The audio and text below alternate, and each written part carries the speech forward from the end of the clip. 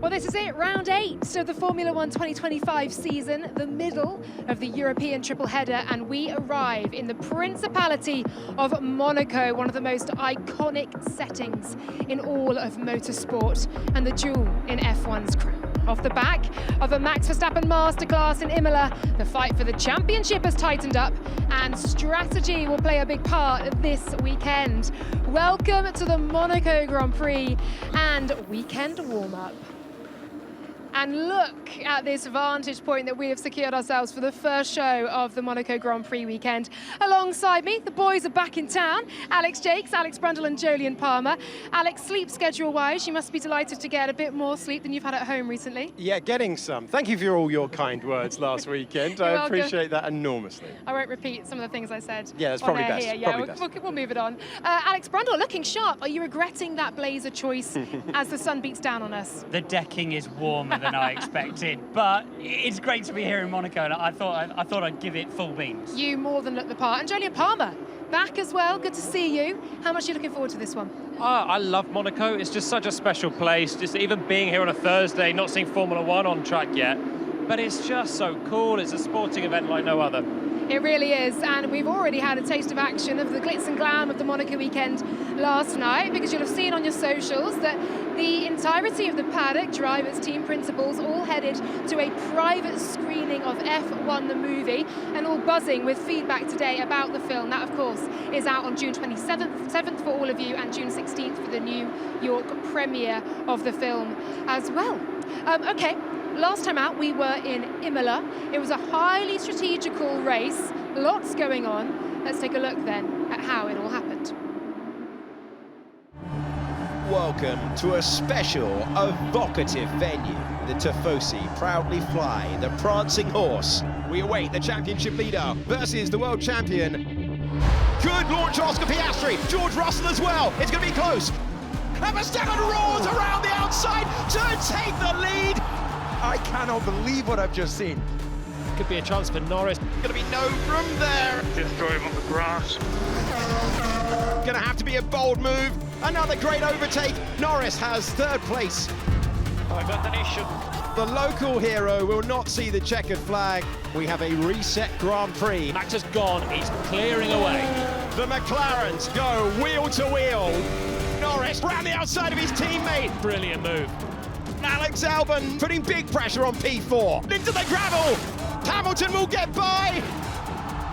And we need to let Albon pass. This is a freaking joke. Brilliant for Williams and Albon. Max Verstappen will return to the top step of the podium. You really dominated that race. He did after that move. One of the most incredible moves I think Formula 1 has ever seen. Max Verstappen did indeed dominate that race. You can see the full race highlights and all of the analysis, of course, in the post-race show on YouTube and F1 TV. It's not just the boys who are here. We also welcome in Ruth Buscombe alongside us as well. And this is very much your strategy briefing for the Monaco Grand Prix. And strategy is going to be a big talking point this weekend, Ruth. We saw the debut of the C6 tyre last time out, but here in Monaco, yes, we have that C6 tyre. We have a mandatory 2-stop. Just explain what this means and the impact this might have on the race. Well, Monaco Grand Prix obviously has got the hardest overtaking of the year. You need about 4 seconds a lap to overtake, which means it's the most important qualifying of the year. 14 of the last 20 races have been won from pole.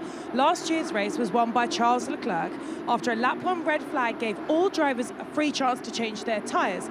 Now, it was great for those of you that loved watching Charles Leclerc, but on-track action, we only had 3 overtakes. So this year, the FIA have implemented 2 stops. Now, you have to still use 2 different compounds. You could use all 3, but a minimum of 2 stops, whether it's wet or dry. Now, this is going to change the game here at Monaco. Qualifying is still critically important, but expect to see some strategy games at the top and at the bottom of the field, and potentially teams working together. Well, Fernando Alonso said to me earlier in the pen that this gives teams who may not have qualified so well on Saturday a bit of hope on Saturday evening that they could well move up the order, because we could see undercuts, overcuts, we could see teams using this well. There's no set pit window in which they have to pit. Could we see teams pitting early doors, lap 1, lap 2, in those early laps, and getting the pit stops out the way and making the hard tyre last? Are you sure you're not a strategist, hey. Laura? Watch out. Exactly that. So last year's race, we saw several drivers, including George Russell, do the entire race distance on that medium C5. That's my race strategy from 2017.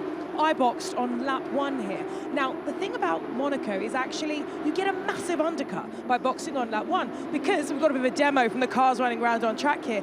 On lap 1, everybody is still spreading out, so you're not actually going full racing speed. So any car that tries to cover on lap 2 is going to go behind you.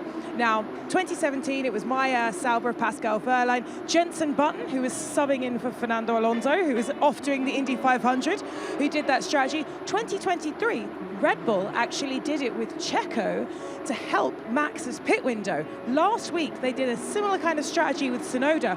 So we could see some team tactics. Now, why would you want to box on lap 1 and lap 2? Because if you have free air, you can close up and then you effectively block the window. But that's not all. If you're at the front, the second of the two teammates could back off to help build a pit stop gap, which is about 20 seconds, or even 2 pit stop backs, which is about 40 seconds. And this has been happening in Monaco, I would say from the dawn of time. Probably not from the dawn of time, but you know, McLaren won in the early 2000s with Hakkinen doing this. So it's going to be so strategically interesting to see what the teams do. And of course, everyone wants to have as many softs as possible for qualifying, but that means they're going to have to use a soft in the race. Or they can have one less soft. There's so many different options. If you ask up and down the teams, which is what I've been doing today, no one can actually agree, which is great, because normally everybody agrees on the correct strategy for Monaco. That's great news for us. And also, of course, because they're not having to worry about tyre deg so much, we may see them pushing harder in those stints, perhaps forcing mistakes out there on the track. This one very much a place where the walls get closer and closer and this track bites back. Ruth, thank you very much for the strategy briefing. Max Verstappen was asked earlier on in the press conference about why this magnificent place is so special. I think it's just how difficult, you know, the track is to master in qualifying, you know, to get the most out of it. Also knowing that overtaking is difficult on a Sunday, you know, that qualifying is like even more important. Yeah, it's incredibly narrow, challenging, bumpy. The history, of course, of Monaco in general, like this is one of these races that you really want to win. Yeah, it is very special to be racing here. It's pretty insane, to be honest. But yeah, once you stand on the top step on the podium, it's something you're like, oh, that was a great weekend. You know, you're like, done. Well, talking of great weekends, you had a great weekend at Imola last time out. You've clearly made a lot of progress with the car in recent races. Is it enough for you to win your 3rd Monaco Grand Prix on Sunday? Well, I mean, if you take the average of Miami and Imola, I don't think we look that great. So we have to be calm. Imola was a very good weekend for us. I say weekend because Friday was not good. Yeah, we just have to keep understanding our car probably also a little bit better, what we want with the setup on it. I know that this is a very different track. I mean, if you look at the season so far, we've only really been like proper competitive on like high-speed corners, tracks. Now, Monaco, I don't think is a high-speed track, so I'm a little bit more reserved, I think, for this weekend. Naturally, even if you have, let's say, the best car, to nail it in qualifying around here is very tough. So, yeah, we just have to see what happens tomorrow and, yeah, work from there. What a race he had last time out then, Max Verstappen arriving, he's based here. Just popping down the road to the Monaco Grand Prix paddock, and we are, of course, poised on the Red Bull Energy Station, so we thought we'd grab the chance for a chat with Christian Horner. Barely recognised you. You're in, as we say in the UK, mufti, non-school uniform, basically, but welcome along to the show. How are you? Yeah, very good. It's nice to be here, isn't it? Yeah, and the sun's shining, so you know, it's great to be back in Monaco. Okay, Max Verstappen then in Imola looked mighty. That move was sensational. What are you taking, though, from how that upgrade performed there to here? Because I'm guessing that an upgrade in Imola won't perhaps behave how you want it to behave here in Monaco. Yeah, I mean, Imola was a great result for us. I mean, that first move, you know, was just pure Max, and I think, again, the really encouraging for us out of that race was that we had the pace, we had the degradation under control to really beat McLaren on, you know, fair terms. So, so that was really encouraging. But of course, here is a completely different challenge. There's no high-speed corners. It's bumpy, it's curbs, so yes, different challenge this weekend. Sure. So Christian, we're trying to find out where the Red Bull's going to be, obviously around this circuit. We're trying to pitch it based on any other circuit so far this year. I'm thinking Bahrain is full of low-speed corners, but obviously it's a massively different circuit. Yeah. Miami is a street circuit with low speed. Yeah. Bahrain wasn't so good. Miami was, at least qualifying-wise, very good. Yeah. Where do you see yourself stacking up? Honestly, I don't really know. It's what we've seen this year is, I don't think there's been a front row that hasn't been less than a 10th. So it's going to be super, super tight. And I think there could be some curveballs this weekend. You may have Mercedes quick and Ferrari, their car rides the curves very nicely. It's very settled on the bumps. So, and we know how good Charles and Lewis is around here. So, they could be a real factor this weekend. Christian, there are a sequence of technical directives in Imola released, many of which were a reaction to questions from Red Bull. Can you give us a feel for those directives and what you were trying to ascertain from the FIA? Well, look, it's common practice. All the teams are writing in almost on a weekly basis to the FIA, where they're asking for clarifications on regulations before they commit to implementation. So, and then they're circulated to all the other teams. So there's another one, I think, about the floor or skids that came around as well. So it's usual practice that's going on. Andrea Stella said last week, didn't impact McLaren. Do you believe him? Well, look, we can't judge others. We can only focus on ourselves. And, we managed to get some performance on the car. And I don't think it was McLaren had really lost pace last weekend. It was more we'd found pace. And, that was really, really encouraging.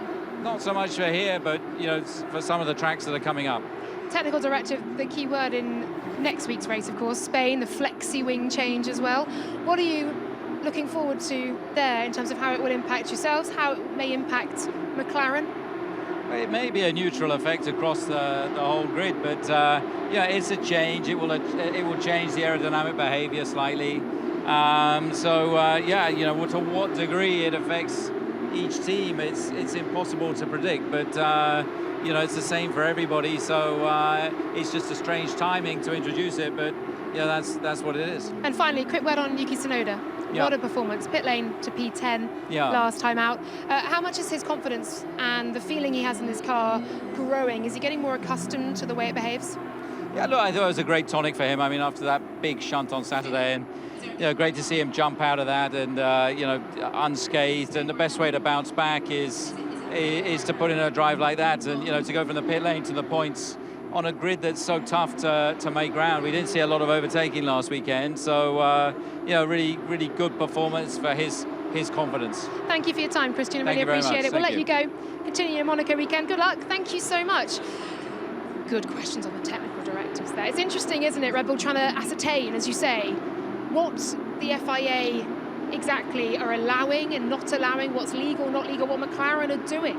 Well, there were two directives last time out in Imola. One relates to just trying to tighten up the regulations around how the plank is measured in terms of how they probe it for the wear and also how it's mounted and the materials they use. The second were, as I mentioned to Christian, in response to a sequence of questions from Red Bull that all centre around the assembly of the wheel hub inside the tyre, relating to usage of various different mechanisms to cool the tyre. FIA have been really clear and issued a clarification as to what is and isn't allowed. And as Christian mentions there, teams are continuously asking for clarification. It can be a way, though, historically, we've seen teams try to get a bit of a feel for what other teams are doing. Can we do this? No, you can't. Can we do that? No, you can't, etc. I think we might be reading too much into it, though, as well. I mean, it was interesting, Andrea saying last week, everyone can do that if they want, they're wasting their time.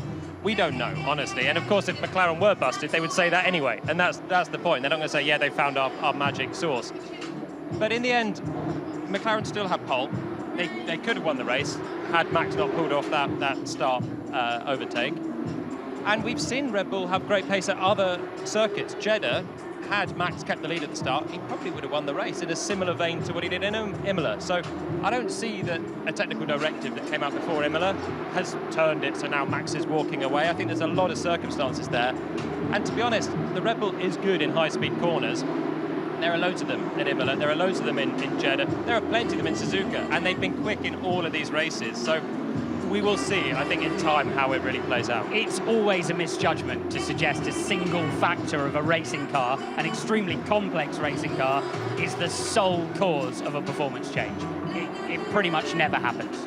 And that's the flexi wing in Spain will equally not be one of those silver bullets either way that teams are looking for. McLaren then, Alex Jacques, we welcome you back in. Hello again. Oscar Piastri just ahead of his teammate Lando Norris. It's tightened up though. What internal discussions do you think are being had with Lando Norris, with Oscar Piastri, and the way the team are operating together? Absolutely none at the moment. It's just business as usual, isn't it? They're going to continue to let their drivers fight, which raises the spectre that we saw in Imola of drivers taking points off each other. Good news if you're Max Verstappen, bad news if you're Oscar Piastri or Lando Norris. The nightmare scenario for McLaren is a 1986 or a 2007 where they have two hard chargers who cancel each other out and they let someone from another team sneak in and win. That's what they're going to have to worry about as we look at Oscar with a new mate. It feels like that is a possibility, though, because we're this far into the season, 7 races in, and Max is 22 points away from the championship lead. I mean, he's there. This is one race, and McLaren have had definitely the best car on balance. I know a couple of them, they've been close, but McLaren could have, if it was, a one-car team like Red Bull basically is, I'm sure either Oscar or Lando would have really stretched that advantage, and we'd be looking like Max had the advantage last year, and it was really difficult for Lando to claw him back. Well, here's the thing. Add up the best result of a McLaren driver in all the Grand Prix last year, and you get ahead of Max Verstappen's total. So, is the same thing going to happen again? Well, perhaps my question should have been, should there be internal discussions, and when will there be internal discussions? But we'll come on to that in later races, I'm sure. Alex Brundle is about to talk us through the magnificent pole lap from 2024 when Charles Leclerc triumphed here in his home Principality. Well, it'll be a source of hope, won't it, for Ferrari coming into this weekend. Under 45% full throttle around a lap of Monaco as Leclerc charges down to Saint-Devote and up Beau Rivage, using all the road on the way into Massenet. Over 250 km/h entry speed into Massenet, 150 at the apex of Casino Square. The top part of Mirabeau heavily banked on the inside. Then you can drive absolutely straight down towards the hairpin. Slowest corner in the whole of Formula One. They don't climb the curve as much on the way into the lower part of Mirabeau anymore. The exit of Portier, though, fast as it ever was, through the fastest corner on the racetrack. The Nouvelle Chicane, new chicane, added extremely recently, back in 1986, is the next challenge for the drivers on their way down to the corner which formerly had a tobacconist on the outside. The left-hander at Tabac, Louis Chiron, is the first part of the swimming pool, and in the second part, Leclerc supremely accurate there last year on that second apex where we've seen so many drivers in the wall. The man who gave us the circuit of Monaco, Anthony Nogues, gives us the name of the final corner, and it is the shortest lap of the year in terms of distance but not time, guys. What a challenge, hey? I love it. I can barely watch Monaco onboards. They are just extraordinary, and Leclerc will be hoping for a repeat of that. He was a frustrated man in Imola, while Lewis Hamilton on the other side of the garage, of course, a happy man in P4. But let's hear now from Charles Leclerc. I mean, if you want a honest answer, then low, because unfortunately our car hasn't been particularly strong in low-speed corners, and there's only low-speed corners here in Monaco, so on paper it doesn't look like the most promising track for us. But in Monaco it's also so unique and so different than anything we race on over the season that we can have also a good surprise once we put the car down tomorrow, which I hope will happen. And if it does, then I hope to be there on Saturday, because obviously qualifying will remain the most important part of the weekend. But on paper, it's going to be a tough one. A tough weekend then expected for Charles Leclerc when asked about his winning chances. What are their chances this weekend, guys? Brundle's face tells a paints to that. Go on, you have a go at being positive. You can never count Charles Leclerc out in Monaco. He's brilliant around here. I was interested to see, though, yes, it's Imola, yes, qualifying didn't go very well, but both drivers looked so downtrodden through the Imola weekend. Then it clicked. that was the last roll of the dice before the big flexi-wing change, before a considerable change in the engineering landscape that happened in Barcelona. And it didn't work, did it? They didn't give them that qualifying, didn't give them the ride height control they need at Ferrari back. They were still languishing in qualifying. Strategy and decent race pace put them back in the action. Maybe we'll see a bit of hometown magic for Leclerc again this week. I still think you can never rule out Leclerc this place. He's been racing here for 5 years with Ferrari. 3 of them he's been on pole. 1 of them he was nearly on pole in 2023. The first time he came here with Ferrari was a bit of a bad one for him. He had a knocked out in Q1 with a tap of the wall. But he was also top in practice that year, his first year with Ferrari.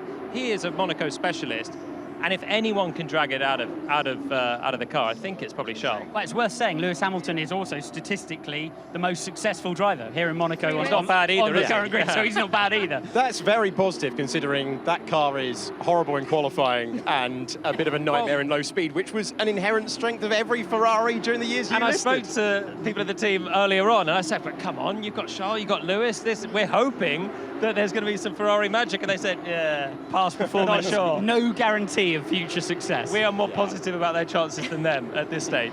Yeah, that was...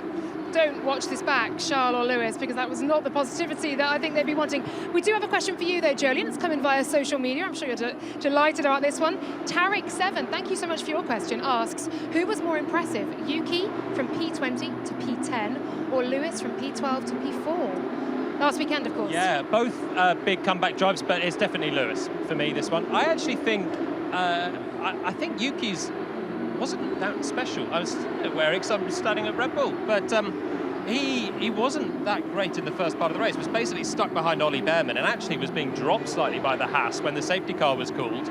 And he also didn't manage to hold up Oscar on his way through, which might have helped Max at that time. Made a mistake from a DRS train. The end of the race was good from Yuki, and I'm very pleased that he got a point, because I think the confidence, and I think that's probably the mental state from him, having crashed to get a point is good. But the execution of the drive, I think, was a lot down to the strategy, which it was in part for Hamilton as well. But I think the way that Lewis was attacking Kimi Antonelli for most of the race and then passing him was something that Yuki couldn't do on Ollie Behrman.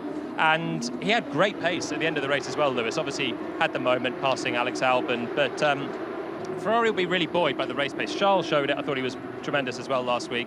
But actually Lewis, in the closing stages, was on a par on similar tyres to the leaders. So I would say Lewis. I mean, they're coming to a track now, though, where qualifying matters, but we do have a 2-stop. It could give some teams a bit of hope if they don't qualify so well. Alex, Kimi Antonelli. Yes. Mercedes, heartbreak for him. Not only did he qualify P13, but then he DNF'd in the race with an issue with the throttle. How can he bounce back here? Monaco, first time racing F1 machinery here. Challenge doesn't get much bigger, does it? Oh, he'll be looking forward to it, though. Every F1 driver dreams of driving at Monaco. A really useful learning experience, I think, for him in Imola. I think he will have learned how to put together a home weekend, even if he didn't have the pace, and neither Mercedes had the pace in Imola. Jolyon, what about George Russell then? Yeah, I think he's got a chance, because when we're saying Red Bull maybe not good at low speed, possibly Ferrari not great. So then you're looking at George, who's been consistent this year. Obviously the Mercedes race pace has been a little bit like a yo-yo, but here it might not matter so much. So I think George is your outside bet for certainly a podium on, maybe even a rival for better. They'll be looking to try to steal some points here if they can, because both drivers after Imola were clear that they still haven't got the tyre management under control. Yeah. George Russell put it in as closer terms as, if it's cold, we're good, if it's hot, we're bad, just as it was last year. And what a shame, exactly, because for 2024, that was so much the problem. It looked like they had some of that potentially fixed, but maybe not. And you were out earlier on with the Mercedes third driver, Valtteri Bottas, I was. Around this track. I love this place anyway, but honestly, hot laps, say, around Silverstone, they're epic because they're high speed. Here, I cannot believe we have a competitive motor race around here. It was magic. Amazing stuff. All right, let's hear it from Esteban Ocon, who also DNF'd in Imola. Esteban, well, you're going to have happy memories, obviously, of this place after that podium here for Alpine. How are you feeling about your chances in new colours this weekend? Yeah, obviously it's very special for me to come back here. It was great memories with the podium, 2 years ago, around here, an unexpected one as well. Yeah, it shows that this place is rewarding, you know, when you take the risk and you build your weekend into the right way. So yeah, I've enjoyed driving here every year. Obviously, different year, different team. There's a lot of different things, you know, that comes into play into this week. You know, we are gonna have to do a 2-stop race now. So it's gonna be a different, you know, type of building the weekends. But I look forward to it. You know, it's a new challenge. It's exciting, and I think it should be a good weekend for us all drivers, as enjoyment around this street is always at the fullest. Good to hear then from Esteban Ocon, and look, Haas, Aston, Alpine, Sauber, that latter half of the grid. There are 14 points between 5 teams down there, and look, every single point to those teams really matters, doesn't it, Jolyon? Massively. We saw it, well, we've seen it every year really. The championship positions will be crucial in Abu Dhabi, and it starts all the way through the year, you know, picking up points as Ollie Bearman and Esteban Ocon have done a few times. I think Ocon probably, but also Bearman maybe have great chances this weekend. The Haas car at low speed seems decent. They had a good run in Bahrain and Miami too. Also a good opportunity for Alpine here. They're still suffering with the power unit. Obviously, a circuit not particularly sensitive to power, so they'll be able to potentially, with Gasly, do something. It's going to be all about teamwork through that mid-pack, because we know here strategically, as we heard with Ruth at the top of the show, management of the pack around you. So a team in the midfield that have both of their drivers under control and pushing in the same direction is going to be very beneficial. It could be a really weird race where you have an Ocon and Bearman together, maybe a Sainz and an Albon, and everyone's just trying to give each other a pit stop window. Can I tell you, in the press conference, that's exactly what Alex Albon said. He said, do you remember Jeddah last year, when one of the Haas is blocked for another? He's like, if you have 2 cars together in the train, they're already thinking about shenanigans. Yeah, meanwhile, the race leader's going to be pushing hard to build his own gap. He's going to be coming around to potentially lap people very quickly, and lapping traffic is very difficult as well in Monaco. So you qualify 6th, you qualify 7th, and we'll just make sure that we're running together. Yeah, if you start 7th, just back off. Give the guy 2 pit stops. 6th is done. Well, it's going to be a fascinating strategy, whatever we do see on Sunday and after qualifying as well. Of course, drivers truly make the difference here, not least Fernando Alonso, yet to score a point, came oh so close in Imola, called himself the unluckiest driver. Adrian Newey is also here. It's his first race of the 25 season. Don't forget, he's had lunchtime sessions with the team dealing with his 2025 car, and we have an interview with him to bring you in the pre-race show. So you can enjoy that one then, but for now, you can enjoy Alex Albon. You seem like to be enjoying yourself out there. Was that the best race you've driven for Williams? No, I wouldn't say the best race. I don't think it was my strongest weekend even. I was actually on the back foot for most of the weekend, just not feeling that comfortable with the car, which is even more telling that even when things aren't going fantastically, we can still come home with a P5. I think what's been good for us generally is we've made a step clearly everywhere. Our race pace compared to the top teams as a midfield team is always normally worse come race day than Saturday.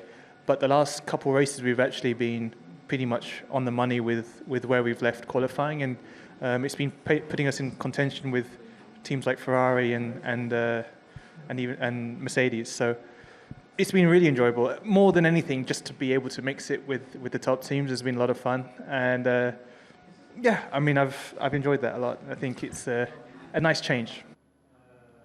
What a story this is. P5 for Williams, double points. Alex Albon has scored in all but 1 race so far. P5 is now becoming a result he is disappointed with. In terms of their wind tunnel development, they're looking now to 2026. Can they hang on to P5? Does this continue here? They actually think this is a track that suits them as well. Quick note on the 2026 distribution. Alex Albon says their start to the season has been so good that they're still doing a lot of simulator work on 2025. So the start of the season they've had means that they're not fully looking towards next year entirely yet. Yeah, there's a certain point at which they will have to, though. We're going to see a championship of 2 halves, aren't we? Drivers and teams that are still pushing to try and develop the car and effectively in the hunt. And then Williams, I think, sit right on the split at the moment where they are considering what they're going to do. I think evidence, though, of what happens when you get a well-organised race team, which they are this year, as they've said, way more well-organised than they were in previous years, with 2 very, very experienced drivers, and just what's possible through a season in terms of development aided by a bit of regulation stability. Jolyon, thoughts on Williams finally? They've banked so many points already. Albon is a clear 8th in the driver's standings. He's going to take some catching from there already. So I think the team can switch off at some point because they keep scoring points for another few races, but if they keep going as they're going, anyone else behind is going to do well to catch them. They were big winners in F1 Fantasy as It'll be like Aston Martin last year. Yeah. Ended the season horribly, but still were 5th because they just banked the early points.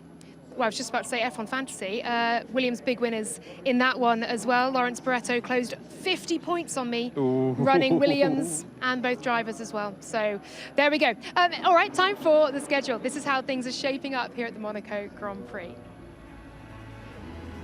Thursday, media day done and dusted. We move to Friday and of course free practice. 1:15 building up to that first hour of running into FP2 for 45 for that one, for your pre-show and the analysis afterwards as well, don't forget. FP3 then 12:15. And then one of the most incredible hours in all of motorsport you are ever likely to see. Qualifying at the Monaco Grand Prix. Your pre-qualifying show at 3:30 p.m. Qualifying at 4 p.m. and the post-qualifying show straight after that battle for pole. The pre-race show at 2 p.m. for you with a 3 p.m. race start for the Monaco Grand Prix, and the post-race show coming to you live with all of the analysis on F1 TV and YouTube.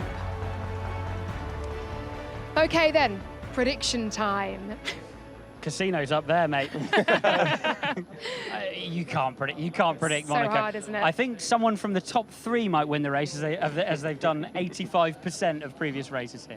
Really good stat. Imagine that. Yeah. Imagine that. Charles Leclerc for the win. Wow, he's off to the casino. Wow, here we go. Put it all on red. Decent odds this weekend. Alex? I think Lando, Oscar and Max will be the top 3. Lando to win. Lando to win. Lando to win. First Monaco Grand Prix win. Oscar wins. He's so strong around this place, I think. This is a Piastri win, Leclerc podium. I think we may see a Piastri win here as well. I think so, but a Leclerc podium, that's a nice bet. I believe in Ferrari and Charles around here, yeah. Great stuff. All right, well, thank you all so much for your thoughts then ahead of the Monaco Grand Prix. Thanks to Ruth as well for the strategy briefing, because that will play a big part, of course. The C6 tyre is in action, and it's a mandatory 2-stop as well. Practice, though, starts tomorrow. Do come back and join us to see F1 in Monaco. We'll see you then. Bye for now. Welcome to a venue like no other. The most famous street circuit on the planet. It's got bumps, raised curbs, fast corners. The one that all the drivers want to win. It is a Formula One classic, inspiring for over 8 decades. A special venue, famous for magic moments. Charles Leclerc controls the race pace. The grandstands now rise. Charles Leclerc wins the Monaco Grand Prix. Yes! Yes! Yes! Yes! Yes! Yes!